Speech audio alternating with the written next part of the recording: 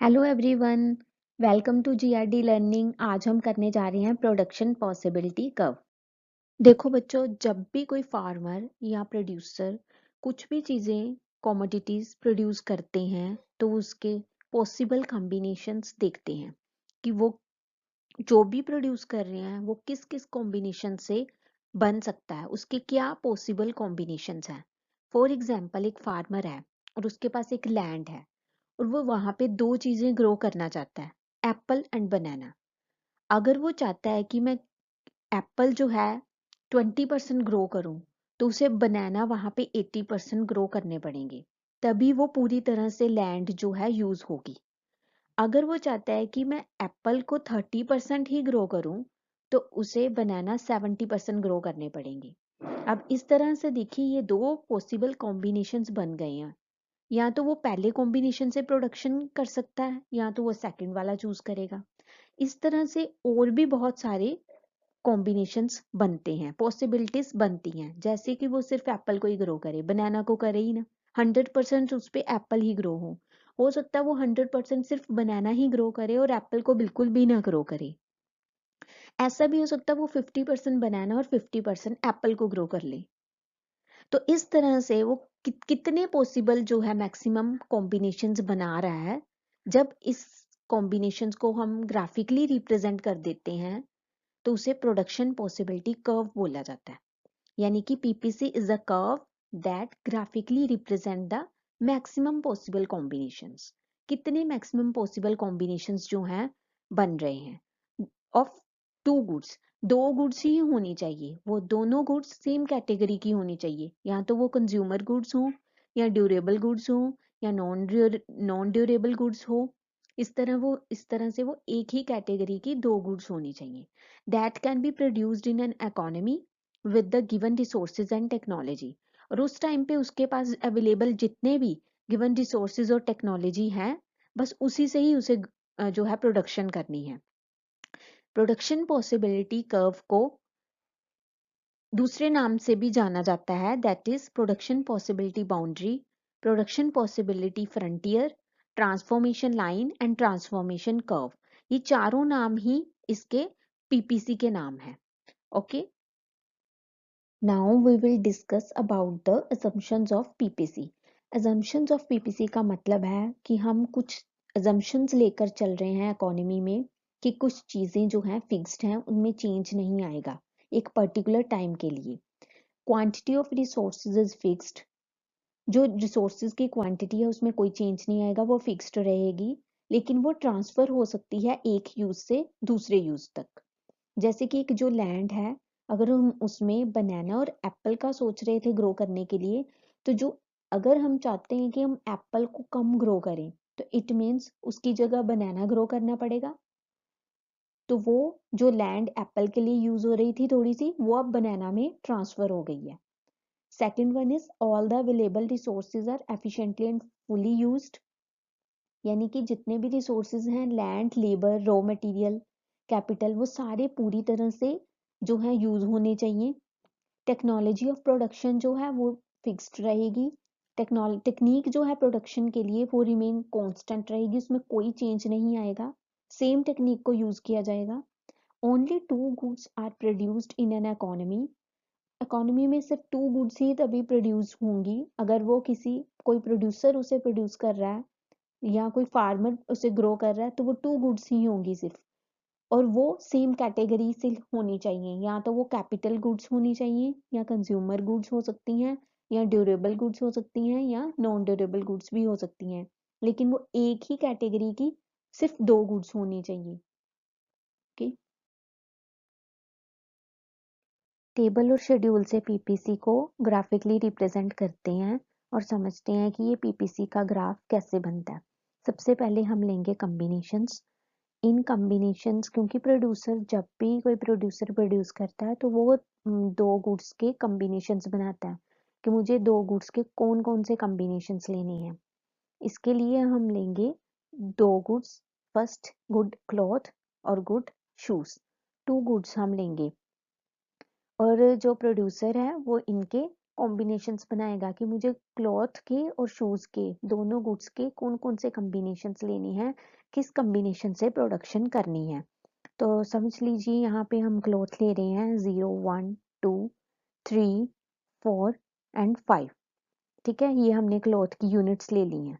हमारे पास क्लॉथ की ये यूनिट्स हैं, समझ लो प्रोड्यूसर्स के पास क्लॉथ की ये यूनिट्स हैं। और शूज़ की यूनिट्स हम ले रहे हैं 30 28 24 18 10 एंड 0। ये हमारी शूज़ की जो है यूनिट्स आ गई। अब अगर प्रोड्यूसर 30 के 30 सारे रिसोर्सेज शूज़ बनाने पे लगा देता है तो उसके पास क्लॉथ के लिए कोई भी रिसोर्सेज नहीं बचते। तो उस टाइम पे उसकी क्लॉथ की जो प्रोडक्शन है वो ज़ीरो हो जाएगी बिल्कुल, क्योंकि सारे रिसोर्सेज शूज़ पे लग गए हैं 30 के 30। और अगर वो पूरे के पूरे रिसोर्सेज क्लॉथ पे लगा देता है 5, तो शूज़ के लिए 0 बचते हैं। फिर शूज़ के लिए उसके पास कोई भी रिसोर्सेज नहीं बचते। ओके, देन अब क्या होगा कि अब जो है ये जो शूज़ पे रिसोर्सेज वो लगा रहा है, तो अगर वो क्लॉथ पे लगाना चाह रहा है तो वो क्लॉथ का 1 यूनिट बढ़ा देगा कि मुझे क्लॉथ बनानी है, अब मैं क्लॉथ का 1 यूनिट बढ़ाऊं क्योंकि मुझे क्लॉथ की प्रोडक्शन करनी है। तो मैं 1 यूनिट क्लॉथ की बढ़ाऊंगा और क्लॉथ की प्रोडक्शन करूंगा। तो इसके लिए उसे शूज़ में से 2 जो हैं यूनिट्स सेक्रीफाइस करने पड़ेंगे, यानी कि निकालने पड़ेंगे। फिर वो अगेन क्लॉथ में एक और बढ़ाएगा और उसे इस अब की बार 4 यूनिट्स का सेक्रीफाइस करना पड़ा शूज़ का। फिर से वो क्लॉथ की 1 यूनिट और बढ़ा रहा है, तो उसे क्लॉथ में 6 यूनिट्स का सेक्रीफाइस करना पड़ रहा है। ये क्यों हो रहा है? ऐसा क्यों हो रहा है? क्योंकि जो क्लॉथ है हो सकता है वो एक्सपेंसिव हों, तो उनको प्रोड्यूस करने के लिए शूज़ के ज़्यादा रिसोर्सेज उसे सेक्रीफाइस करने पड़ रहे होंगे। इसीलिए वो उस एक को प्रोड्यूस करने के लिए उसे शूज़ के ज़्यादा से ज़्यादा रिसोर्सेज को सेक्रीफाइस करना पड़ रहा है, छोड़ना पड़ रहा है। अगर वो छोड़ेगा तभी वो क्लॉथ की यूनिट्स को प्रोड्यूस करने के एबल हो सकेगा। अब ये देखो, ये शूज़ की जो सेक्रीफाइस लेवल है वो बढ़ता ही जा रहा है, 2 4 6 8 10। और ये एट लास्ट 0 तक इसकी प्रोडक्शन हो गई है, मतलब उसने शूज के सारे सेक्रीफाइस कर दिए यूनिट्स, और तब जाकर वो क्लॉथ के 5 यूनिट्स तक पहुंच पाया। हर बार उसे 1 यूनिट क्लॉथ की बनाने के लिए शूज के कुछ रिसोर्सेज का सेक्रीफाइस करना पड़ा, वहां पे रिसोर्सेज छोड़ने पड़े और क्लॉथ पे लगाने पड़े, तभी उसे जो है उसके जो है क्लॉथ की प्रोडक्शन पॉसिबल हो पाई है। अब हम इसकी निकालेंगे MOC. MOC means marginal opportunity cost, जिसका फॉर्मूला होता है change in sacrifice divided by change in gain. तो ये क्या है? मार्जिनल अपॉर्चुनिटी कॉस्ट, यानी कि हम कितना सैक्रिफाइस कर रहे हैं, कितना जो है कॉस्ट को हम जो है सैक्रिफाइस कर रहे हैं। अगर हमें एक एडिशनल यूनिट बनाने के लिए एक गेन करने के लिए कितना सैक्रिफाइस हो रहा है। अगर हम क्लॉथ की यूनिट का एक गेन कर रहे हैं तो हम कितना सैक्रिफाइस कर रहे हैं, change in sacrifice divided by change in gain. Okay, ये एमओसी की फुल फॉर्म। अब हम एमओसी निकालेंगे। यहाँ पे आएगा हम गेन कर रहे हैं 1 और सैक्रिफाइस कर रहे हैं 2 का। यहाँ ऊपर कुछ नहीं आएगा क्योंकि इसके ऊपर कोई टर्म नहीं है। देन हम फिर से एक गेन करने के लिए हम सैक्रिफाइस कर रहे हैं 4 का। यहाँ इस कॉम्बिनेशन में 2 और 24 के कॉम्बिनेशन में हम अगेन 1 का गेन कर रहे हैं और 4 का सैक्रिफाइस कर रहे हैं। ऐसे ही हम फिर से 1 का क्लॉथ का गेन हो रहा है और देन 6 यूनिट्स शूज की सैक्रिफाइस हो रही हैं। फिर से 1 का गेन हो रहा है इस कॉम्बिनेशन में, 4 और 10 के कॉम्बिनेशन में, और 8 का सैक्रिफाइस हो रहा है। इस तरह से फिर से 1 का गेन हो रहा है और सैक्रिफाइस 10 का हो रहा है। अब देखिए ये एमओसी हमारी निकल आई है। चेंज इन सैक्रिफाइस, सैक्रिफाइस में कितना चेंज आ रहा है और गेन में कितना चेंज आ रहा है। ये चेंज जो है इंक्रीजिंग रेट में है, ये एमओसी बढ़ रही है। एमओसी इंक्रीजिंग बढ़ रही है 2 4 6 8 एंड 10। अगर ये बढ़ रही है तो इट मीन्स वो ज्यादा से ज्यादा सेक्रीफाइस कर रहा है एक एडिशनल यूनिट को बनाने के लिए।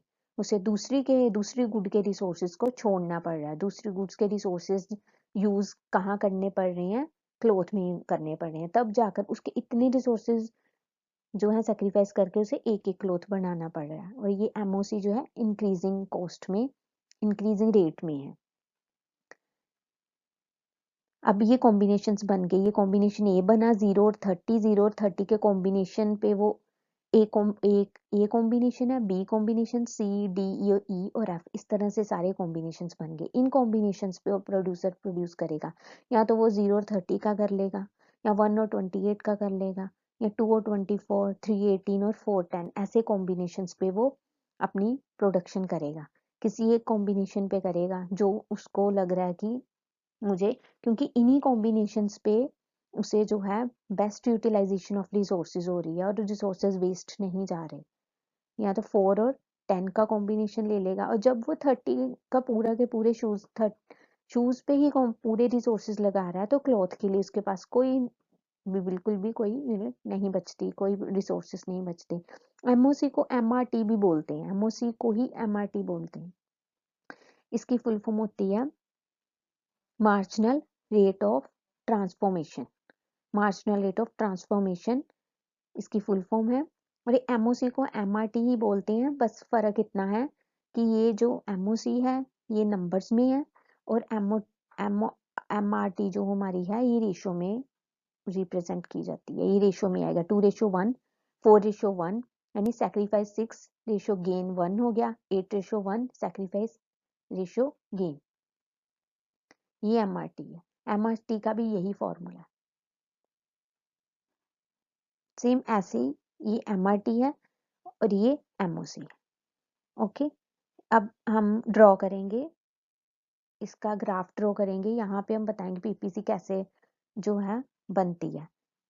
एक तरफ ये एक्स एक्सिस है, यहाँ हम लेंगे point of origin, and then ये है हमारी वाई एक्सिस। अब हम एक तरफ एक्स एक्सिस पर लेंगे क्लॉथ जो कि गुड ए है हमारी, इसकी यूनिट्स लेंगे, और वाई एक्सिस पे हम लेंगे गुड बी, यानी कि जो कि हमारी है शूज, शूज को हम लेंगे गुड बी। ये वाई एक्सिस पे शोन होगी हमारी। एक गुड हमने एक्स एक्सिस पे ले ली और एक गुड हमने वाई एक्सिस पे ले ली। ओके, अब हम इसके जो है क्लॉथ की यूनिट्स को लेंगे 0, 1, 2, 3, 4 एंड 5। ये हमारी क्लॉथ की यूनिट्स हो गई हैं। फिर हम शूज की यूनिट्स को लेंगे, और ये हम लेंगे 5, 10, 15, 20, 25 एंड 30। ये इस तरह से हम कुछ इसकी शूज की यूनिट्स ले लेंगे। अब हम इसे ड्रॉ करते हैं। देखो, पहले जो है प्रोड्यूसर 0 और 30 का कॉम्बिनेशन लेकर चल रहा है, वो क्लॉथ की बिल्कुल प्रोडक्शन नहीं कर रहा और शूज की 30 प्रोडक्शन कर रहा है।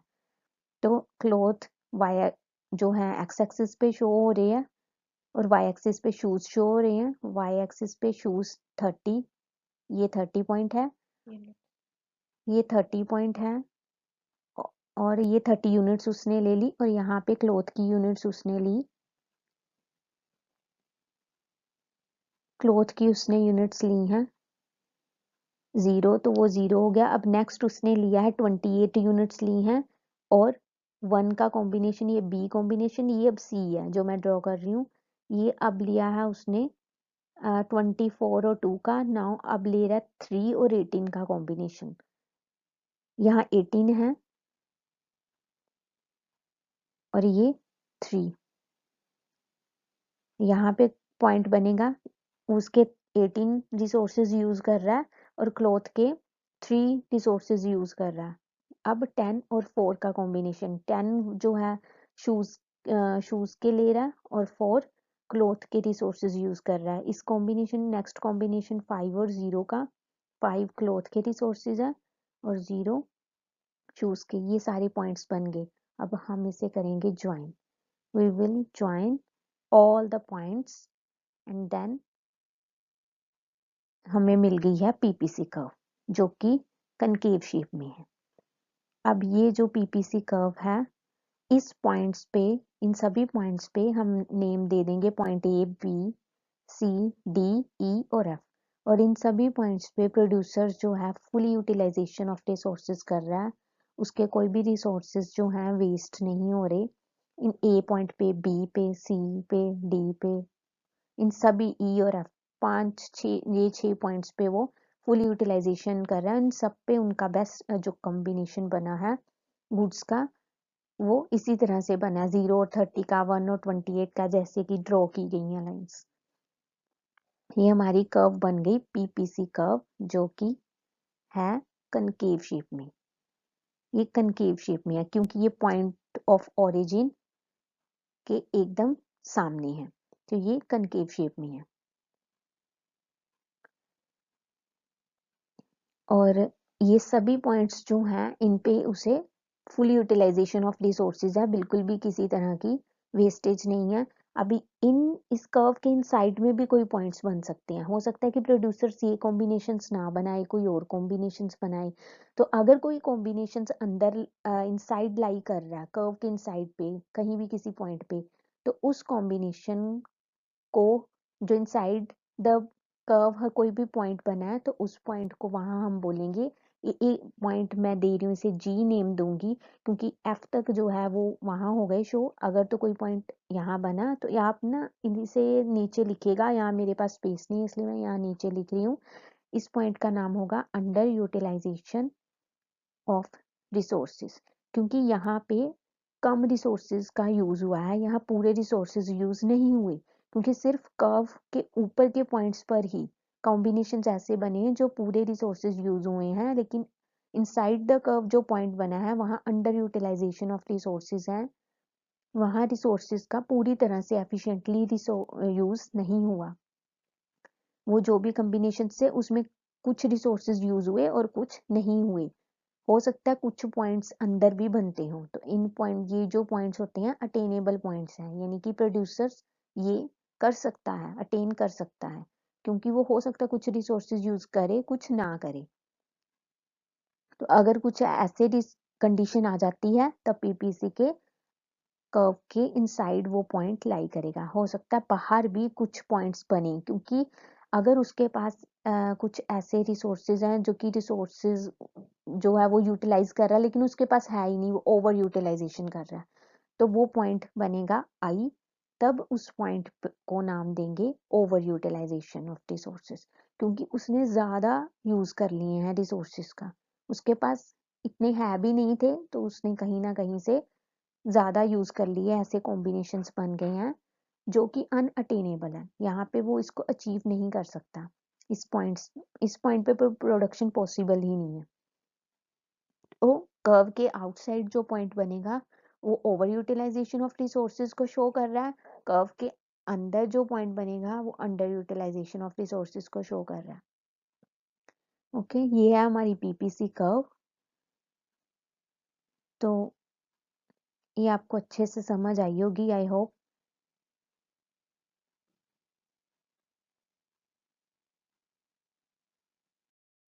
यहाँ हम पीपीसी की शेड्यूल और कर्व की एक्सप्लेनेशन कर लेते हैं।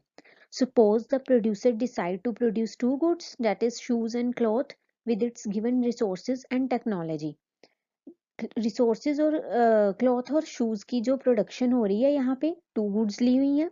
उसके बाद अगर वो सारे के सारे रिसोर्सेज शूज पर लगा देता है, there will be no production of clothes, clothes की कोई प्रोडक्शन नहीं रहती।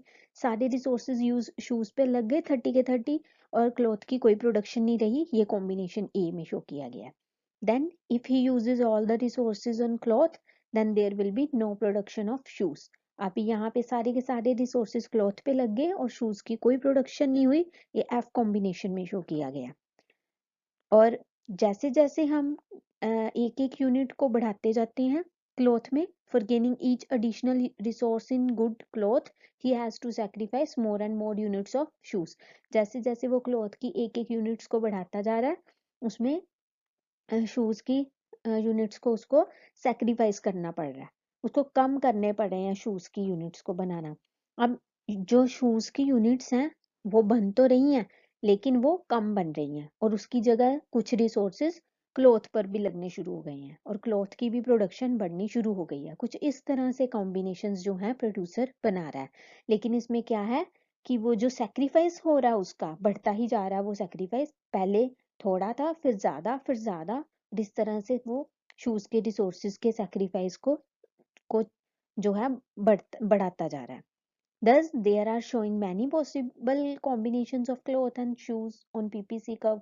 इस तरह से PPC curve पे जो जितने भी पॉइंट्स बने हैं काफ़ी सारे कॉम्बिनेशंस जो हैं शो हो रहे हैं। ये सारे 6 के 6 कॉम्बिनेशंस शो हो गए हैं। By joining all the points ये ज्वाइन करके हम AF कर्व को जो है गेन AF कर्व हमें मिलती है और वो उसे बोलते हैं PPC curve. On the points A, B, C, D, E and F, all the resources are fully and efficiently used हुए हैं और इन पे सारे के सारे रिसोर्सेज जो हैं हमारे हर कॉम्बिनेशन पे फुली रिसोर्सेज को यूज किया गया है। PPC with under, over and optimum utilization of resources, ये भी हमने पढ़ा है कि अंडर यूटिलाइजेशन ऑफ रिसोर्सेज वो कब होते हैं, जब जैसे कि point G which is plot inside the curve is representing that resources are not fully and efficiently used। यहाँ पे रिसोर्सेज हमारे अच्छे से यूज नहीं हुए, कुछ रिसोर्सेज यूज हुए और कुछ नहीं हुए, इसलिए ये इनसाइड द कर्व बना और इसे बोला जाता है अंडर यूटिलाइजेशन ऑफ रिसोर्सेज। ये कब होता है, जब जैसे अर्थक्वेक आ गया, फ्लड, अनएम्प्लॉयमेंट और इन्फ्लेशन जैसी सिचुएशंस अराइज हो गई, तब क्या होता है रिसोर्सेज का पूरी तरह से यूज नहीं हो पाता क्योंकि रिसोर्सेज हमारे पास होते भी नहीं है पूरे तब। तो ये पॉइंट बनेगा under utilisation of resources. Then over utilisation of resources at point H which is outside the curve representing excessive use of resources। यहाँ पे resources का ज़्यादा यूज हो गया। That point is unattainable combinations of output। कहते हैं कि वो जो है इम्पॉसिबल है, ये अनअटेनेबल पॉइंट है, इसे अचीव ही नहीं किया जा सकता क्योंकि इतने रिसोर्सेज उनके पास होते ही नहीं है।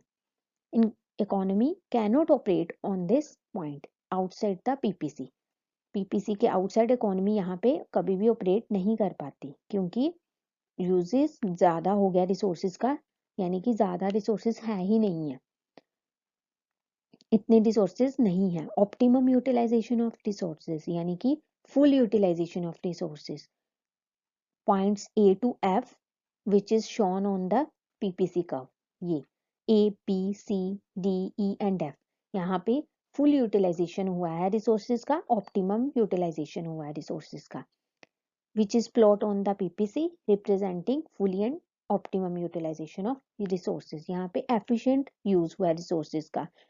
So A to F points are attainable points। ये सारे attainable points हैं और ये attainable नहीं है, H point attainable नहीं है लेकिन A to F attainable points हैं और G point भी attainable है, achievable है। ओके